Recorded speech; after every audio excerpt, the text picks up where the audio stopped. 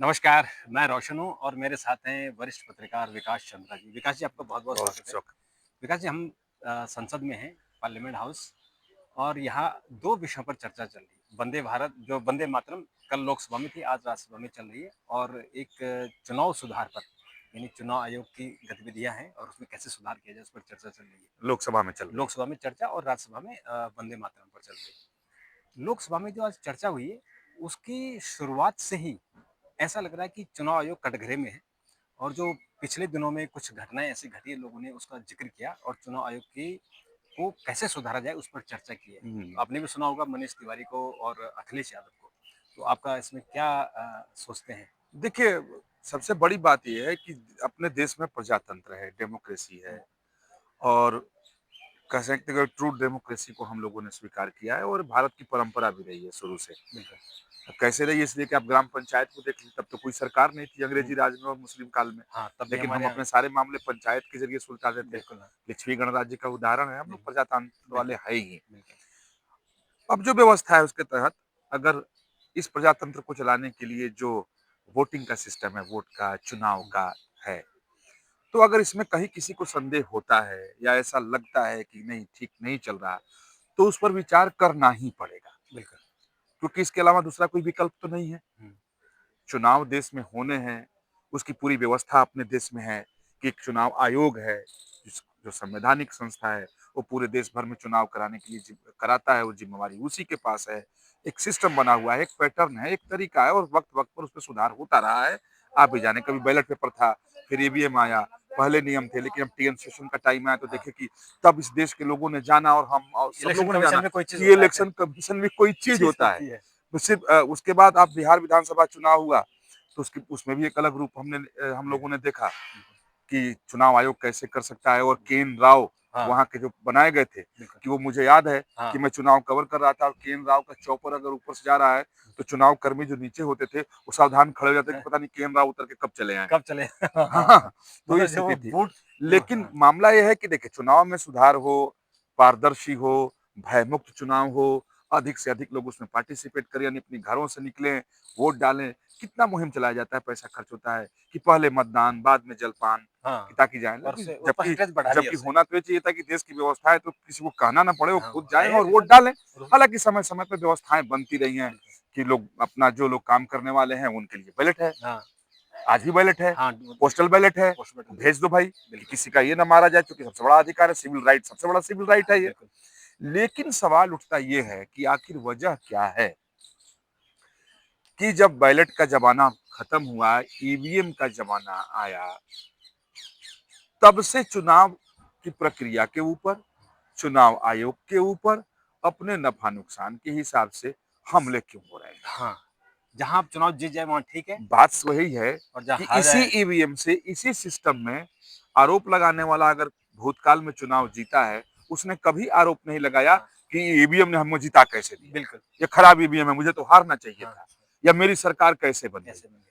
मान लीजिए केंद्र में नरेंद्र मोदी की सरकार है, बीजेपी की सरकार है, आज आरोप लग रहा है, मोदी पर आरोप लगते-लगते, केंद्र सरकार पर आरोप लगते-लगते, अब चुनाव आयोग पर लोग चले गए, जो दुर्भाग्यपूर्ण है। मैं इसे उचित दुर्भाग्यपूर्ण एक संवैधानिक संस्था बिल्कुल पर। नहीं मानता हूँ कि आखिर आप चाहते क्या है कि इस देश की संविधान की दुहाई आप देते हैं हुँ, और संवैधानिक संस्था के ऊपर आप हमले करते हैं। बिल्कुल। अगर आपको मैं पहले ही कहा कि अगर आपको लगता है कि हाँ, कोई प्रॉब्लम है, तो बिल्कुल विचार होना चाहिए, बिल्कुल क्यों नहीं होगा? हाँ, सुधार होना चाहिए। भाई वो प्रजातांत्रिक व्यवस्था है, हम उसी बिल्कुल। प्रजातंत्र में जी रहे हैं, उसको चलाने की जो प्रक्रिया है उसमें बिल्कुल। सुधार हो, बिल्कुल। कहीं गलती हो तो उसको ठीक दुरुस्त किया जाए। बिल्कुल। लेकिन यहाँ मुझे लगता है कि आखिर सवाल क्या है? हुँ, अगर मान लिया जाए कि कई जगहों पे कांग्रेस की सरकार है, हुँ, झारखंड में गठबंधन की कांग्रेस और हुँ, जेएमएम की सरकार है, हुँ, कर्नाटक में है, वहाँ तो नहीं कहे कि ईवीएम खराब है हाँ, या चुनाव आयोग भ्रष्ट है बिल्कुल। या चुनाव आयोग ने धोखाधड़ी कर दी हुँ, और पीछे लोकसभा चुनाव आया, हुँ, और मैं उदाहरण देना चाहता हूँ कि प्रधानमंत्री नरेंद्र मोदी को कितना वोट आया था बीजेपी को हुँ, उसके पहले के 2014 के चुनाव में। हाँ,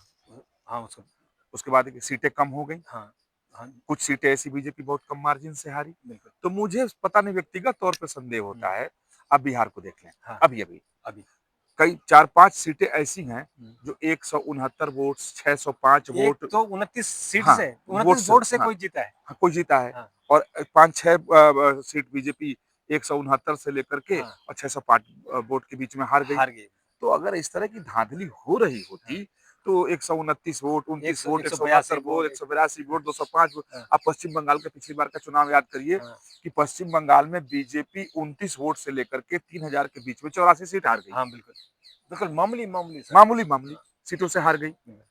तो मुझे ये ईवीएम वाला नहीं समझ में आता है। नहीं, ईवीएम वाला तो मुझे जो देखिए आपने सही कहा कि कि जहाँ आप टेक्निकल जीतेंगे। फॉल्ट हो सकता है। देखिए वो मशीन है, हाँ, एक प्रोग्राम उसमें फिक्स किया गया है, कंप्यूटराइज़ मामला है, हुँ, उसमें भी तो चिप लगे हुए चिप हैं, लगे हैं, कहीं से न कहीं से कमांड तो मिल रहा है। बिल्कुल।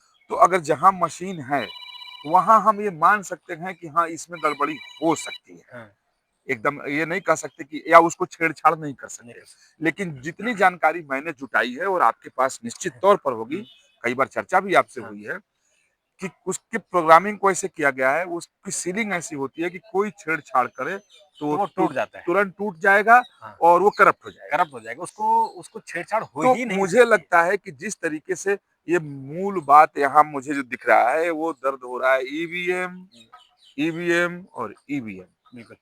आखिर भाई क्या चाहते हैं आप? हाँ, मतलब आप ये सोचिए। 140 करोड़ की देश है, हाँ, और हमारे यहाँ उसमें फिर आप बैलेट पे जाते हैं। नहीं, बैलेट में आप बैलेट का देख। मतलब बुलेट। हाँ, बुलेट के बल पे बैलेट छापे जाते थे। छाप यहीं छापे आप थे। और हम कवर किए हुए बिल्कुल, गवाह हैं। बिहार में हमने देखा है। पहले का एक मुहावरा था, क्राइम कास्ट कैश क्रिमिनल। हाँ, C4 इलेक्शन का फॉर्मूला था बिल्कुल। कि जिसकी लाठी उसकी भैंस। भैंस, बिल्कुल। बूथ कैप्चरिंग, हाँ, बूथ लूट लेना, बिल्कुल, बैलेट बॉक्स को ले जाके कुएं में डाल देना, बिल्कुल। नहर में डाल देना। हाँ, तो क्या सही बात चाहते हैं, है। फिर से वही आ जाए हम? वही, और सवाल ये कि हमारे देश में पिछली बार 2024 के जो चुनाव थे उसमें 95 करोड़ वोटर थे, और अभी जब 2029 का होगा तो ये 110 करोड़ से ऊपर जाने और वाले क्या? हैं।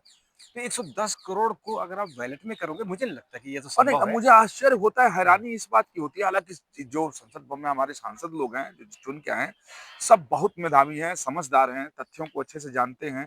नहीं भी जानते हैं तो कम से कम हाउस में आने के पहले वो चीज़ों को समझ करके और बोल करके ही आते हैं। बिल्कुल।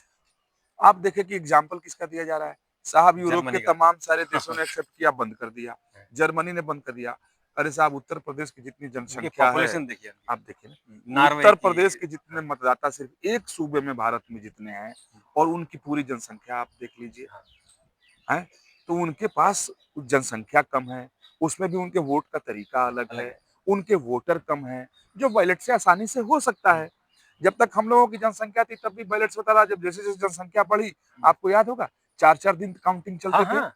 पहला चुनाव तो 6 महीने में हुआ, हाँ, जो हमने 1991 हाँ, 52 में हाँ। 51-52 में हुआ, तो वो अब तो 6 महीने तक हुआ। ये इस दलील में हमें जान नहीं है कि जर्मनी ने बदल दिया, अमेरिका हाँ, ने बदल दिया। अरे साहब, उनके वोटर कितने हैं? वही तो। उनका सिस्टम देखिए। अच्छा, सबसे बड़ी बात है कि जिसने इस प्रजातंत्र के बारे में जो कहा जाता है, जो अरस्तू की लोग बात करते हैं, 10 उसने कंडीशन दिए हैं हाँ, कि तभी ये प्रजातंत्र जो है अच्छे से चल सकेगा। हाँ। भारत उसमें से 7 पूरा नहीं करता है, फिर भी प्रजातंत्र सबसे मजबूत सबसे हमारे मज़बूत यहाँ है। मज़बूत है हमारे यहाँ।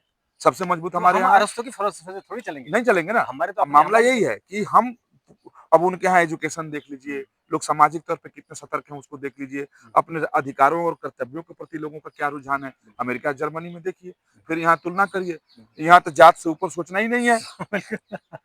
सही यहाँ कह तो रहे हैं। मतलब है कि हमारी जाति जीते, हाँ, हमारा संगठन जीते, इसके लिए लाठी चलाना हो, खून करना हो, मर जाना हो। बिल्कुल, आप देखिए भारत में किसी विचारधारा को लेकर के सबसे ज़्यादा लोगों की अगर मौत होती है, हत्याएँ होती है, कन्नूर चले जाइए देख लीजिए। बिल्कुल।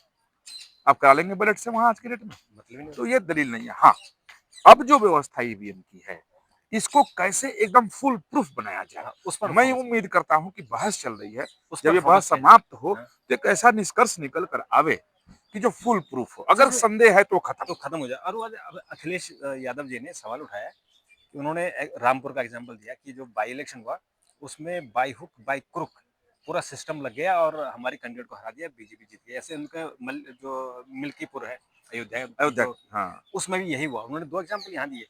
देखिए, तो मामला है कि एग्ज़ाम्पल ठीक है हुँ, कि दिया। वो किस आधार पर ये कह रहे हैं कि वो जीतने वाले थे, हाँ, आप किस आधार पे कह रहे हैं? हैं? हाँ, वो किस आधार पर कह रहे थे कि मिल्कीपुर हम जीतने जीतने वाले वाले थे थे और ये जीत और गए। ये बाई हुक और क्रुक जबरदस्ती शासन ने लाठी के बल पे जीत लिया। हाँ, फिर दूसरा एग्जाम्पल दे रहा है। वो पहले तो ये बताएं कि वो किस आधार हाँ, पर कह रहे और थे। उनको कैसे उसका पता मैं कि बता जीत। देता हूँ आधार क्या है। जी, रोशन भाई मैं बता, उनका आधार है जाति का समीकरण। समीकरण हुँ। कि यहाँ यादव इतने, मुस्लिम इतने, ओबीसी इतने पिछड़े, इतने दलित इतने, ये फलाना यहाँ से टूट गया, यहाँ से चला गया, इस पर ये नाराज है, वहां जाएगा तो हमारा प्रत्याशी तो 25,000 जीतेगा। अरे साहब ऐसा हुआ है क्या? हाँ, बिहार में सब धुआं उड़ गया ना, सब दोनों के सारे सारे यादव कहाँ धरे के चले गए? धरे रह गए। सब बीजेपी की तरफ आ गए, नहीं, एनडीए की तरफ आ गए। आप देखो साइकोलॉजी पर विचार करें तो हाँ, वो 1% का वोट इधर से उधर जाता है तो सीटों का फासला भयानक बढ़ जाता बढ़ है। जाते हैं। ठीक है, हुँ, वो अलग चीज ही है। हुँ, वो जो वोट का सिस्टम है हुँ, कि 3 लोग लड़े तो हार जीत का अंतर अलग होगा, 2 लोग लड़े हार जीत का अलग अंतर होगा, 4 लोग लड़े हार जीत का अंतर अलग होगा। ये 1 सवा % वोट अगर स्विफ्ट कर गया तो पता लगा कि वोट स्विफ्ट 1 सवा % हुआ और सीटों के बीच का अंतर आप बिहार में देख लें। तो ये आखिर दावा किस आधार पे कर रहे हैं? हाँ, मतलब उनको भी ये दावा जातीय समीकरण के आधार पे कर रहे हैं। तो अब ये भी तो कहा जा सकता है कि भाई अब जातीय समीकरण नहीं चला। हाँ, अब नहीं चला। अब उसके लिए सिर्फ आप चुनाव आयोग पर आरोप लगा हाँ, दें, वो आप ईवीएम पर आरोप लगा दें हाँ, और फिर भारत को 50 साल पीछे धकेलने की बात करें तो साहब ये ये स्वीकार करने लायक नहीं है। बिल्कुल। और ये कांग्रेस ने भी आज यही डिमांड की है कि बैलेट पेपर दोबारा से शुरू होना चाहिए और जो फंडिंग की व्यवस्था है, वो वो फंडिंग पे 15 तो दिन बात यानी काउंटिंग चले। हाँ, अब ये 198 करोड़ मतदाता 110 करोड़ जब हो 110 जाएंगे करोड़ हो जाएगी, तो 15 दिन तक काउंटिंग चले काउंटिंग चलती रहे। और उसमें बवाला होता हाँ, रहे, जिसकी लाठी उसकी भैंस चले, हाँ, बूथ लुटाए, आगजनी हो, हाँ, हत्या हो। हाँ, यही चाहते हैं यही इसका मतलब। चाहते हैं। हाँ, तो पता नहीं अब इसमें सरकार का क्या रुख रहता है, शाम को नहीं पता मैं लगेगा। बार बार इस बात को हाँ, दोहराता हूँ कि हाँ, चूंकि इसी व्यवस्था में सरकारें बननी है, देश को चलना है, तो जो सिस्टम है वो फुल प्रूफ हो। हो ईवीएम एक अच्छा विकल्प है कि जल्दी से चुनाव वोटिंग हो गया, और रिजल्ट जल्दी दे से दिया। काउंटिंग हो गया, देश के ऊपर भी बोझ नहीं हाँ, पड़ा, आम जनजीवन बहुत दिन तक अस्त व्यस्त नहीं रहा। देखिए कि ईवीएम से ही काउंटिंग होती है, जिस दिन काउंटिंग होती है पूरा देश लॉक रहता है, बंद रहता है। रहता और शाम तक रिजल्ट आ जाते हैं। शाम तक रिजल्ट आ गया, 5, 6, 7 घंटे में एक दिन में मैक्सिमम आ पूरी जाते हैं। 1 दिन में आ हो जाते गई। हैं। बिल्कुल। अच्छा, जितना आज वोट डल जाता है ईवीएम से, क्या बैलेट ला दें? हुँ, डल पाएगा वोट नहीं उतना? बिल्कुल नहीं डलता। एक अब मान लो 25 प्रत्याशी हो लाइन गया, लगी इतना है। बड़ा हाँ, बैलेट, हाँ, उसको उसको टिक 4 लगाना है। बार में तय करो, हाँ, फिर पोल करो। और फिर उसके सारे अच्छा, बॉक्स अरे से इनवैलिड वोटों का खेल हम देखे हुए हैं हाँ, हाँ, किधर गलत कि जो मजबूत होगा, पता लगा उसका अगर वोट इनवैलिड हुआ है तो लाठी के बल पे अपने इनवैलिड वोट की काउंटिंग कर देता वैलिड वोट में। हाँ, अब इनवैलिड होने के कई सारे क्राइटेरिया हैं ग्रेडेड कि आपने कहीं थोड़ी सी भी दाग लग हाँ, गई, मुड़ गया या कहीं थोड़ा या सा भी कहीं रुक आपने गया, लाइन को उस तरफ लगा दिया। उधर तो वो इनवैलिड। तो वो इनवैलिड वोटों का, अब ये इनवैलिड वोटों की उम्मीद पाल के अगर बैठे पाल हैं के तो बैठेंगे अरे भाई शायद साहब उसको बहुत मुश्किल है रखना। अच्छा दूसरा जो मुद्दा है वो है वंदे मातरम का। हाँ, बहुत और अच्छा वंदे है। मातरम 150 साल पूरे हो रहे हैं। हाँ, और जब बंकिम चंद्र चटर्जी जी ने उन्होंने तब उस वक्त लिखा था जब वो ब्रिटिश सरकार यानी ईस्ट इंडिया कंपनी में डिप्टी कलेक्टर थे, खुद नौकरी करते थे। और उन्होंने जब सन्यासी आंदोलन के बारे में सुना जो 1783 उनकी से रचना भी है, लेकर आनंद मठ उनकी रचना भी है हाँ उसी पर। तो उसी पर सन्यासी आंदोलन पर था जो उनके पैदा होने से 100 साल पहले हुआ था। और उन्होंने देखा कि किस तरह से अंग्रेज अत्याचार कर रहे हैं, किसानों की जमीन छीन रहे हैं, उन पे इतना टैक्स लगा रहे हैं।